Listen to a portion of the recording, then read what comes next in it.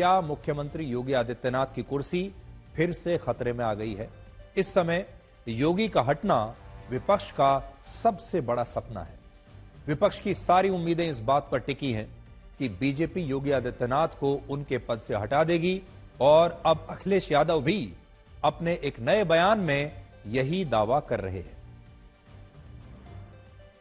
चलने वाली नहीं है, ये सरकार जाने वाली है और आप देख लेना महाराष्ट्र का परिणाम जो भी आएगा, उत्तर प्रदेश के मुख्यमंत्री उसके बाद बचेंगे नहीं, उनकी कुर्सी नहीं बचने वाली। और अगर हम लोग परसेंटेज के हिसाब से सोचें तो 100 में 100 सीटें ये हारने जा रहे हैं और अगर गिनती में हिसाब किताब लगाओगे तो 9 में 9 सीटें ये हारने जा रहे हैं इस बार। तो अखिलेश यादव पूरे राज्य में, उत्तर प्रदेश में और भारत की राजनीति में यह माहौल बनाने की कोशिश कर रहे हैं कि योगी आदित्यनाथ अब जाने ही वाले हैं।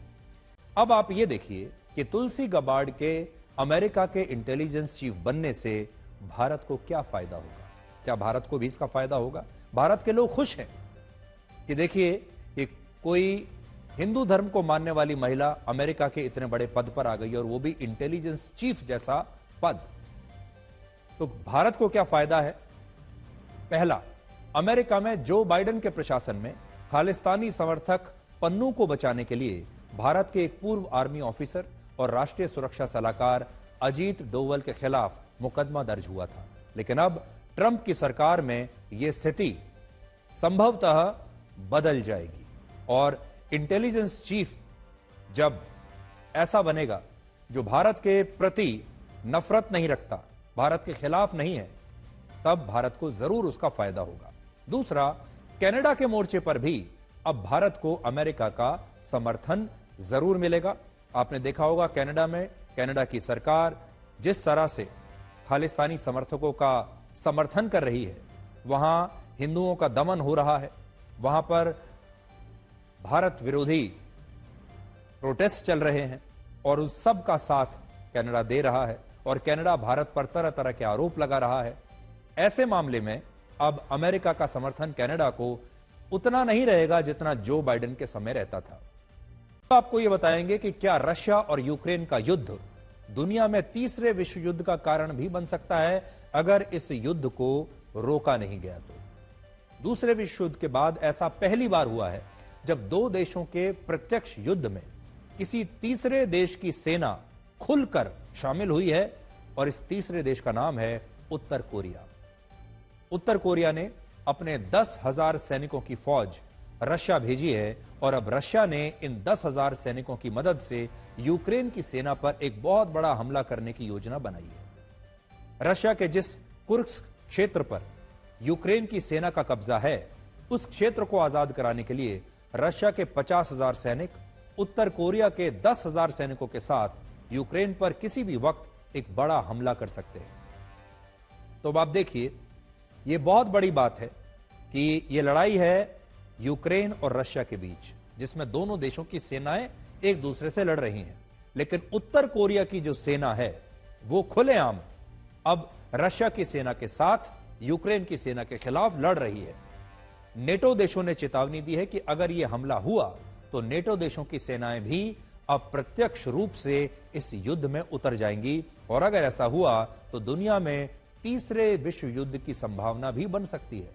क्योंकि पहली बात, ये सारी खबरें पश्चिमी देशों का मीडिया दुनिया को बता रहा है, जिन्हें रशिया और उत्तर कोरिया ने खारिज किया है और कहा है कि ऐसा कुछ नहीं है। और दूसरा, अगर यह खबर सही है तो इससे आप समझ सकते हैं कि इंटरनेट असल में कितना खतरनाक है और इसने उत्तर कोरिया के 10,000 सैनिकों को युद्ध लड़ने से पहले ही अपने लक्ष्य से पूरी तरह से भटका दिया है। लेकिन जैसा कि आप जानते हैं, जब युद्ध होता है तो उसमें दो तरह के युद्ध होते हैं।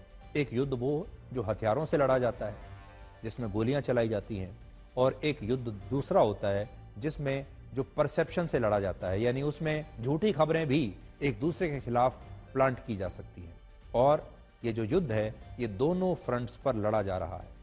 असल में रशिया और उत्तर कोरिया कि समस्या यहां पर यह है कि दुनिया का जो पूरा बड़ा मीडिया है वो सारा पश्चिमी देशों के पास है। दुनिया की बड़ी बड़ी न्यूज एजेंसीज पश्चिमी देशों के पास हैं। बड़े बड़े न्यूज चैनल्स, बड़े बड़े अखबार, बड़े बड़े पब्लिकेशंस सब पश्चिमी देशों के पास हैं। और ये नेटो देश, पश्चिमी देश, इस मीडिया का इस्तेमाल करके अपने हिसाब से खबरें चलवाता है। दूसरी तरफ रशिया का जो चैनल है रशिया टुडे, उसे पूरे पश्चिमी देशों ने अपने यहां पर ब्लॉक कर दिया है, बैन कर दिया है। उत्तर कोरिया के पास ऐसा कोई चैनल है ही नहीं, ना ही उनके पास कोई बहुत बड़ा मीडिया आउटलेट है कि वो अपना पक्ष दुनिया के सामने रख सके। इसलिए रशिया का पक्ष आपने कभी देखा नहीं होगा।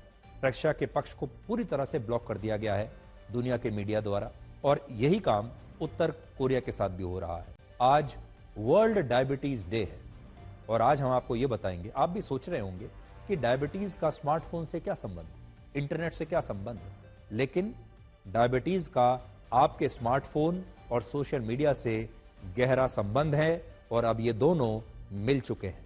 डायबिटीज और सोशल मीडिया का एक गठबंधन हो चुका है, डायबिटीज और स्मार्टफोन का एक गठबंधन हो चुका है, जिसके बारे में शायद आप जानते ही नहीं। आज हमें आपको ये बताते हुए बड़ा दुख हो रहा है कि दुनिया में डायबिटीज के 25.5% मरीज अकेले हमारे देश भारत में है और भारत दुनिया में डायबिटीज की राजधानी यानी डायबिटीज की कैपिटल बन चुका है। डायबिटीज ने अगर सबसे ज्यादा किसी देश को मारा है तो वो है भारत। भारत में स्मार्टफोन के आने से पहले वर्ष 2000 में देश के 3 करोड़ 20 लाख लोगों को डायबिटीज थी, जो देश की आबादी का सिर्फ 3% था। लेकिन अब हमारे देश में 10 करोड़ लोगों को डायबिटीज है और 11 करोड़ लोग प्री डायबिटिक है, जो देश की आबादी का 15% हिस्सा है। इस ग्राफ को जरा ध्यान से आप देखिए, मैं बड़ी स्क्रीन पर इसको डाल देता हूं ताकि आप ठीक से समझ पाएंगे।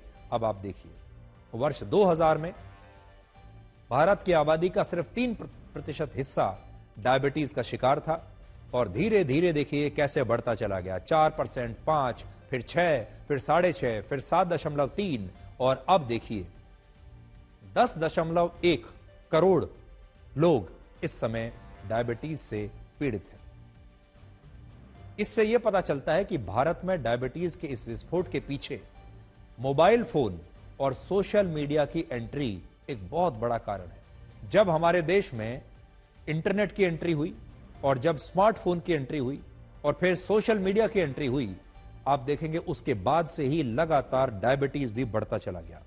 अमेरिका में हुई एक स्टडी के मुताबिक जिन लोगों का स्क्रीन टाइम प्रतिदिन 3 घंटे से ज्यादा होता है, उन्हें दूसरे लोगों की तुलना में टाइप 2 डायबिटीज होने का खतरा लगभग 11% ज्यादा होता है, 10.7% अगर हम प्रिसाइजली बताएं तो। स्मार्टफोन और सोशल मीडिया प्लेटफॉर्म्स लोगों को आलसी बना देते हैं और ऐसे लोगों की शारीरिक गतिविधि काफी सीमित हो जाती है, जिससे डायबिटीज होने का खतरा बहुत बढ़ जाता है। और इस समय हमारे देश में बिल्कुल यही हो रहा है। भारत में 70 करोड़ से ज्यादा लोगों के पास स्मार्टफोन्स हैं और भारत में लोगों का एवरेज स्क्रीन टाइम 7 घंटे है, जिससे आप समझ सकते हैं कि हमारे देश में डायबिटीज की बीमारी इतनी तेजी से क्यों बढ़ रही है। अब हम आपको यह बताएंगे कि हमारे देश में साइबर अपराधी कैसे हर दिन और हर घंटे के साथ अपडेट होते जा रहे हैं। सरकार कदम तो उठाती है, लेकिन हमारे देश के जो साइबर अपराधी हैं वो सरकार से 1 कदम नहीं, 2 कदम नहीं, 10 कदम आगे हैं। इस समय भारत की साइबर पुलिस डिजिटल अरेस्ट की धोखाधड़ी के खिलाफ देश भर के लोगों को लगातार जागरूक कर रही है, विज्ञापन दे रही है, अलग अलग तरह के कैंपेन चला रही है। तब ऐसे में आप सोचते होंगे कि डिजिटल अरेस्ट से कैसे बचना है, सरकार यहां सोच रही है। लेकिन साइबर अपराधी, इससे पहले कि आप डिजिटल अरेस्ट के बारे में कुछ समझें और सोचें कि कैसे बचना है, साइबर अपराधी एक और नया फ्रॉड लेकर आए हैं, वो सरकार से भी बहुत आगे है। हमारे देश में 12 नवंबर से शादियों का नया सीजन शुरू हुआ है और इस दौरान लोगों को ठगने के लिए अब साइबर अपराधी शादियों के डिजिटल कार्ड्स को व्हाट्सएप पर भेजकर नया हथियार बना रहे हैं। हिमाचल प्रदेश की पुलिस का कहना है कि साइबर अपराधी व्हाट्सएप पर शादियों के डिजिटल कार्ड्स कि एक ऐसी फाइल लोगों को भेज रहे हैं जिसे डाउनलोड करने से आपके मोबाइल फोन में एक मॉलवेयर वायरस आ जाता है और इस वायरस से साइबर अपराधी आपका पूरा डेटा चोरी करके आपके बैंक खातों को खाली कर सकते हैं।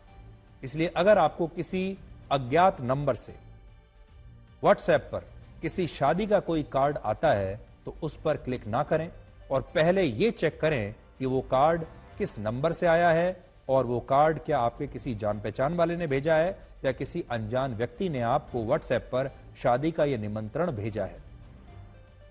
भारत में हर साल शादियों के लिए निमंत्रण पत्र और कार्ड्स पर 1 लाख करोड़ रुपए खर्च होते हैं और भारत में लोग शादियों के कार्ड को खोलकर जरूर देखते हैं और शादियों के सीजन में कई बार लोगों को इन कार्ड्स का बड़ा बेसब्री से इंतजार भी रहता है। असल में जब किसी व्यक्ति की शादी का कार्ड आपके रिश्तेदारों के पास आ जाता है और आपके पास नहीं आता तो कई बार आप भी ये सोचते रहते हैं कि आपको कार्ड कब आएगा और कहीं ऐसा तो नहीं कि आपके पास कार्ड आया ही नहीं या आपको निमंत्रण मिला नहीं या वो आपको बुलाना ही नहीं चाहते। और अब इसी बात का फायदा साइबर अपराधी उठा रहे हैं।